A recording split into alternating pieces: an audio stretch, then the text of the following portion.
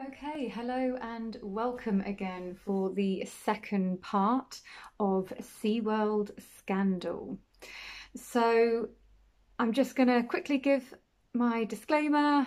I mean absolutely no disrespect to anyone that I'm mentioning or talking about. Again, I apologise if I don't get someone's name correct. I will try and pronounce it to the best of my ability. All the information that I found, I've basically just compiled and collected from the internet. Okay, so we're going to go back to Tilikum, the whale that I mentioned beforehand. If you haven't seen episode 1, I will link it below as well. So Tilikum, we have already mentioned about the other 2 victims that he's had, and now we're going to speak about his third and final victim, and her name is Dawn Brancheau.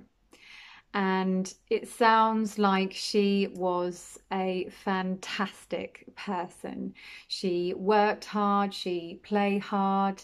She had actually been a trainer for over 15 years at SeaWorld. So she knew what she was doing.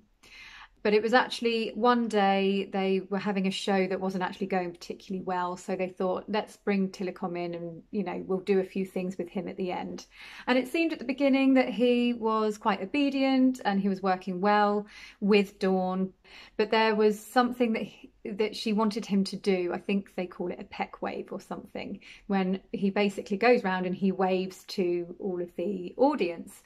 And as he went halfway round, she blew her whistle, which was to allow him to come back. That was the signal for him to come back and get some food. But it seems that he missed that and he carried on waving all the way round.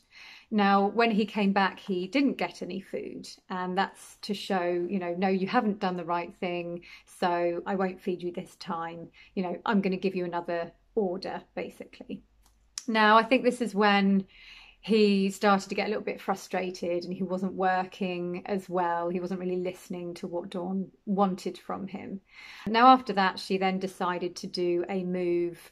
I can't quite remember what it's called, but apparently it's part of the show where she would lay down on a platform and, the whale would come up beside and they would have a quiet time together or something like that. And that's when, unfortunately, Tilikum decided to grab her and take her into the water.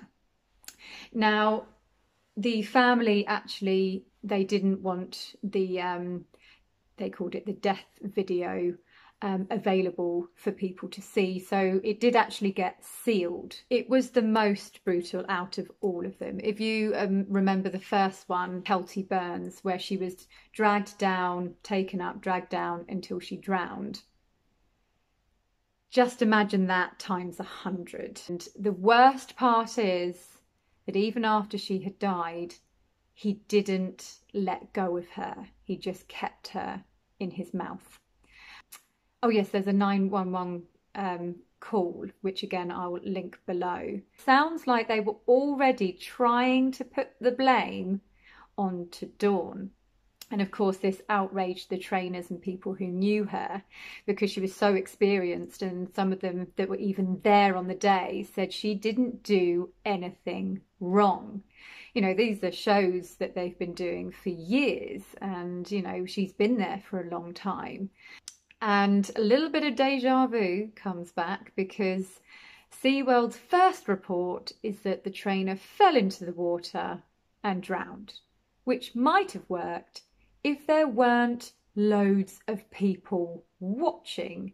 So then obviously they had to change their statement just slightly, and they had to say, oh, well, no, okay, so she was actually pulled in by her ponytail that she had there.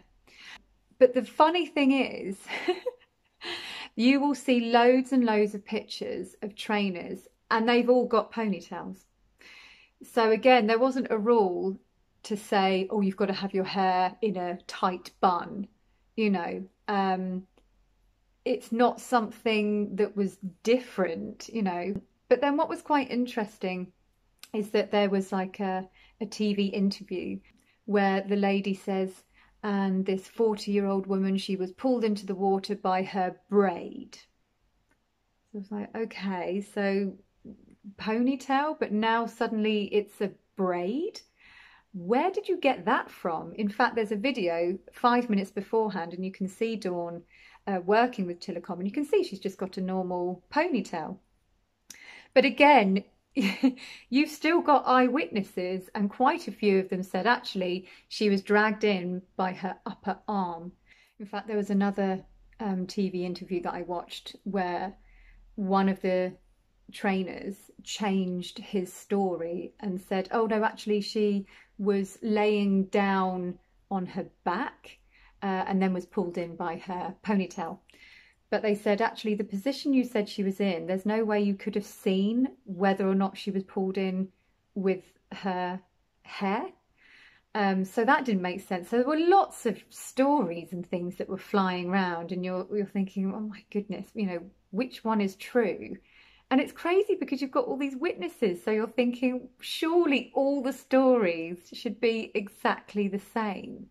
And SeaWorld also said, oh, well, when the whale went close to her and pulled her, that wasn't an aggressive move.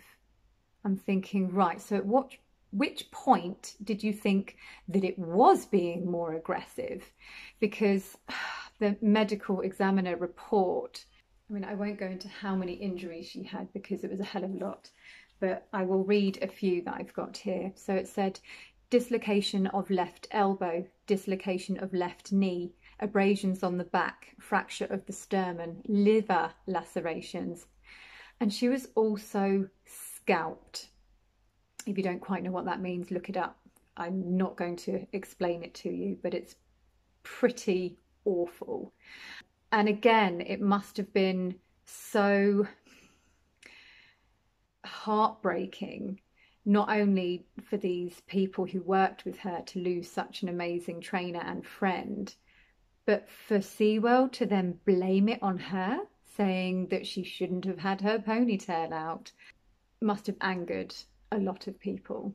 Okay, so in trial, quite a few incident report forms came to light, and there were over 600 pages of aggressive behaviour or bad behaviour towards trainers. And I wanted to find out actually, you know, how much SeaWorld made, you know, on average per year. And I thought I'll look in 2010, and they made over $1 million US. But what's quite interesting is after the release of that Black Fish movie in 2013, they lost 1.7 billion. That was mostly in like market capitalization, and they lost loads of corporate partnerships as well. Okay, so we're going to move away from Tilikum now and talk about some other attacks that have happened. Oh yes, Tilikum wasn't the only one who got a little bit annoyed. It was actually in San Diego SeaWorld in 1971, which involved another orca called Shamu. And if you ask anyone around that time, especially anyone who lived, you know, in America, they will all remember Shamu.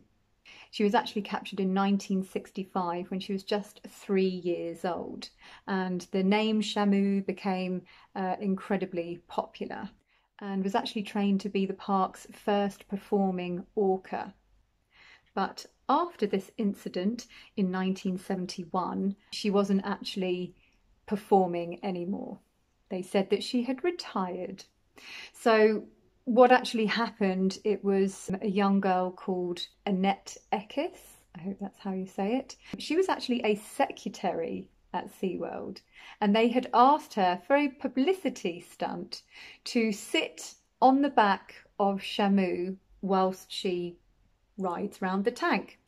Now, she wasn't told until later that Shamu hadn't actually ever had anyone ride on her back in a bathing suit, you know, because she's also used to seeing, you know, the full gear, the full wetsuit that they wear. They're not used to a lot of this skin being on show. Anyway, so Annette's foot slipped and she kind of fell off.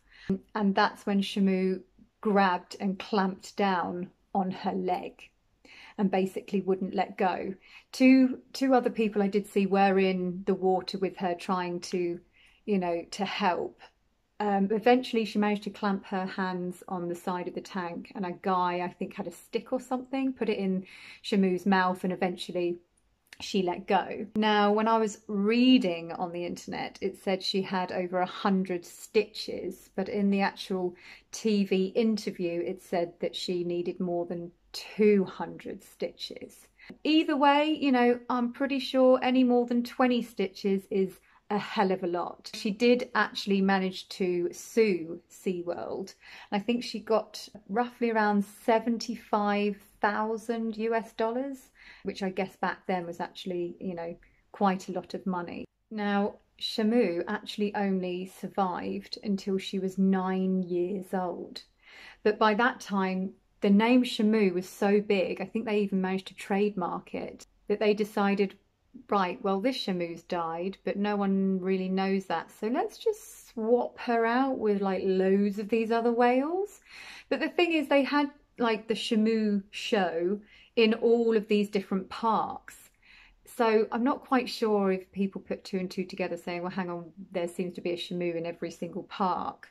You know, I don't know whether people just knew that and just, well, I don't know, maybe they just didn't even think about it, but they had, you know, they had loads of Shamu dolls, and there must have been all sorts of things that they were making money from by using this name. But it wasn't until later when they realised, you know, actually they had used just any whale and called them Shamu. And the other thing that obviously was going to attract people and become very popular was a baby, which they called baby Shamu, of course. But she was actually named Kalina, and she was actually the first baby in captivity to survive. I'm not quite sure how many before that were stillborn, because it wasn't something that SeaWorld needed to report at that time. So who knows how many others didn't quite survive. The other very, very sad thing is that baby Shamu, or Kalina, was actually taken away from her mother at the age of 4. And I don't know if I mentioned in the other video, but usually they would stay with their mothers for their entire life. And there's a clip of the mother basically just floating in the same place for hours and hours on end, making this noise, you know, kind of calling for its baby to come back. And that was quite heart-wrenching, you know, that they would do this. But I think mainly why they actually, not only did they want to make money in the other parks, but apparently baby Shamu was a little bit disruptive during the shows, and it wasn't working particularly well. So after that they thought, oh well, no problem, we'll just, you know, we'll just move her, we'll split them up. And the other sad part is actually Kalina only survived until she was 25. And you think, gosh, if she was in the wild, she could have made it to 80 years old, you know, so it's, yeah, it's very sad. Okay, so now we are going to talk about Kenneth Peters, and this was in 2012. So just remember that Dawn was in 2010, so we're just 2 years later and another incident with a killer whale has happened. Now this one was called Kasartika, I think that's how you pronounce it. And again, you know, he was just doing a normal show when all of a sudden it seemed that she didn't necessarily want to be obedient anymore and grabbed hold of his foot. She then proceeded to drag him to the bottom, hold him there for a bit, then bring him back up again. And she did this quite a few times. And the video, you can actually see him being taken down to the bottom. Now, obviously the trainers, you know, probably used to holding their breath for quite a long time, but it seemed that Kenneth really knew how to hold his breath, but also not to panic. I mean, it's an incredible video to watch. just because he was desperately trying to stay calm, and he did an amazing job at staying calm. And each time that he would come to the surface, you know, he would pat the back of the whale, you know, just sort of breathing and just like, okay, you're just playing around, you know, maybe you're a bit annoyed, I'm really sorry, you know, I'm just gonna wait until you let me go. And then she'd take him back down again. And of course, going through his mind is, I don't know how long she's going to keep me down for each time. But yeah, I guess he just kind of went along with everything that she was doing until eventually she did let go. And there was the scene, even when she's just slowly going past and he's free, but he's just waiting. He's just waiting for her to pass, and then he slowly, and then really quickly sort of makes his way out of the water. And you can see just at the end how panicked he really is. But the way that he managed to keep his composure throughout the whole thing is quite amazing. And of course, SeaWorld jumped straight onto that.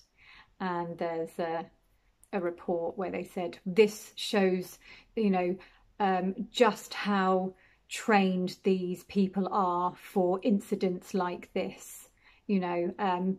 Yes, sort of kept his composure, and it just shows you that, you know, he knew exactly what to do in this situation. Well, I'm sorry, but I don't think anyone's actually trained for a situation like that. Even the trainers at SeaWorld, they were just so lucky that he didn't panic. But you don't know how anyone's going to act. And also, it depends entirely on how annoyed the whale is. You know, it just so happens that luckily, you know, this whale, you know, was, yeah, obviously a little bit annoyed, but wasn't being overly aggressive. Just, you know, I'm not going to let go of your foot for a while. But, you know, I mean, there's no way he could have kept his composure if the whale was being more aggressive, you know, and thrashing around a lot more. It would be impossible. But yes, I think it's utterly incredible and amazing how he did handle it, you know, and I think ultimately that probably did actually save his life. I mean, I can imagine perhaps if someone else was screaming and flailing around, that may have jolted the whale to be a little bit more aggressive and maybe to hold onto the foot, you know, longer and harder perhaps. We just don't know what the whale was thinking at that point, or what, you know, what she wanted to do. But, you know, it's still terrifying. It was just 2 years after Dawn, and yet humans were still being allowed in the water with these whales. You also begin to think, well, hang on, other trainers, didn't they hear about what happened to Dawn? I would be absolutely petrified to get into the water again. I don't think I'd ever want to get into the water, you know, with such a large animal anymore. And I really think that that year should have been when they decided, you know, not to put trainers at risk anymore. Sorry, that's that's Brody. I think he sometimes he barks at people just walking past. But yes, with Kenneth, it was, I'm not quite sure how many stitches he had to have in his foot, but when he actually got out of the water and he was kind of running away from the side of the tank, he does fall over. And I'm not surprised because, you know, obviously he can't really use his foot particularly well. I don't think you can see any blood on the video, but then of course it's not particularly close. But you do see him being taken out on a stretcher, and he just, yeah, he looks really shocked, and you know that he's, you know, That was close. That was an incredibly close encounter and very, very scary. So this is just one of my really nice, simple hairstyles that I like to do. It's, I guess it's sort of like a little crown. So I just do 2 little braids on either side, and then I just connect them at the back. Now what you can do once you've connected them is you can take these other hairbands out if you want to. I just can't be bothered today, so I'm going to leave them in like that. Okay, all right, well, stay tuned for next time.